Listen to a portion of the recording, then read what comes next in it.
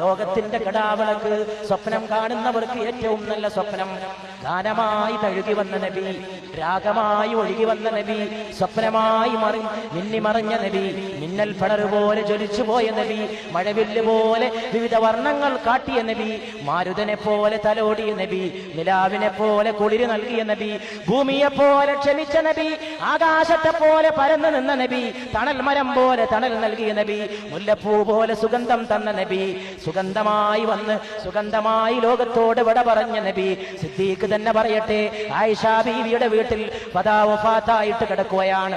ആളുകൾ പലരും കടന്നു പോണേ, ആളുകൾ വന്നു പോണേ. വഫാത്തായ വാർത്ത വിശ്വസിക്കാൻ സഹാബത്തിന് ബുദ്ധിമുട്ടുള്ള സമയത്ത് ഒരു പെരും വീരശൂര പരാക്രമി വീടിന്റെ പുറത്തതാ വാളുയർത്തിപ്പിടിച്ചുകൊണ്ട് പ്രസംഗിക്കുകയാണ്. അള്ളാഹുവിന്റെ റസൂലായ മുഹമ്മദ് വഫാത്തായി എന്നാരെങ്കിലും പറഞ്ഞാൽ അവന്റെ തല ഈ വാളുകൊണ്ട് ഞാൻ വെട്ടിയെടുക്കുമെന്ന് പറയുന്നത് മറ്റാരുമല്ല, വലങ്കയ്യായ ഉമർ ഇബ്നുൽ ഖത്താബാണ്. വഫാത്തായിട്ട് ശരീരം അകത്ത് കിടക്കുകയാണ്. ശരീരം വഫാത്തായി, ആ ശരീരം ഈ ലോകത്തിൽ നിന്ന് മറഞ്ഞു.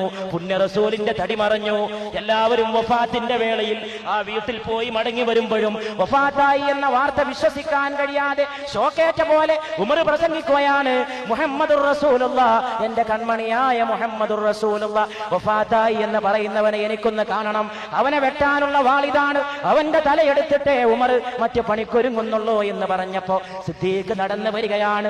സിദ്ദീഖും ഫാറൂഖും വർത്തമാനകാല ദർപ്പണത്തിൽ രണ്ടാളും കൂടി ഒന്നിച്ച് മേളിക്കട്ടെ.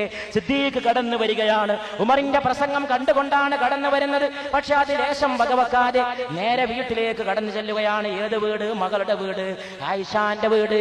മകളുടെ വീട്ടിലാണ് അല്ലാഹുവിന്റെ റസൂൽ വഫാത്തായിട്ട് കിടക്കുന്നത്.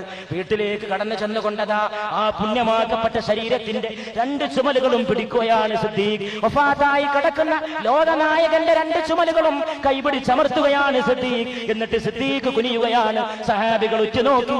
സിദ്ദീഖ് കുനിഞ്ഞിട്ട് ആ മുഖത്ത് മുത്തം വെക്കുകയാണ്. വഫാത്തായി കിടക്കുന്ന പുണ്യതടിയിൽ മുത്തം വെച്ചുകൊണ്ട് സിദ്ദീഖ് പറയുകയാണ്, ഓ വല്ലാത്ത സുഗന്ധം, ജീവിച്ചപ്പോഴും സുഗന്ധം, വഫാത്തായപ്പോഴും സുഗന്ധം. അതും പറഞ്ഞ് സിദ്ദീഖ് തിരിച്ചു പോവുകയാണ്. രണ്ടാളെ ക്യാരക്ടർ നോക്കണം. ഈ രണ്ടും അല്ലാഹുവിന്റെ റസൂൽ വളർത്തിയെടുത്തതാണ്. ഒരാൾ പുറത്ത് വാളെടുത്തിട്ട് പ്രസംഗിക്കണം, കൊല്ലും ഞാൻ, റസൂൽ വഫാത്തായി എന്ന് പറയുന്നവനെ ഈ വാൾ കൊണ്ട് ഞാൻ തട്ടും. ആ ഫാറൂഖിനെ വളർത്തിയതും മുഹമ്മദ് മുസ്തഫ സല്ലല്ലാഹു അലൈഹി വസല്ലം. അതൊരു ഹൃദയം. സിദ്ദീഖോ വല്ലാത്ത സുഗന്ധം, അങ്ങ് ജീവിച്ചിരുന്നപ്പോഴും സുഗന്ധം. വാ നബിയാ വാ സഫിയാ വാ ഖലീലാ, വാ നബിയാ നബിയേ, വാ സഫിയാ സഫിയേ, വാ ഖലീലാ കൂട്ടാളിയേ.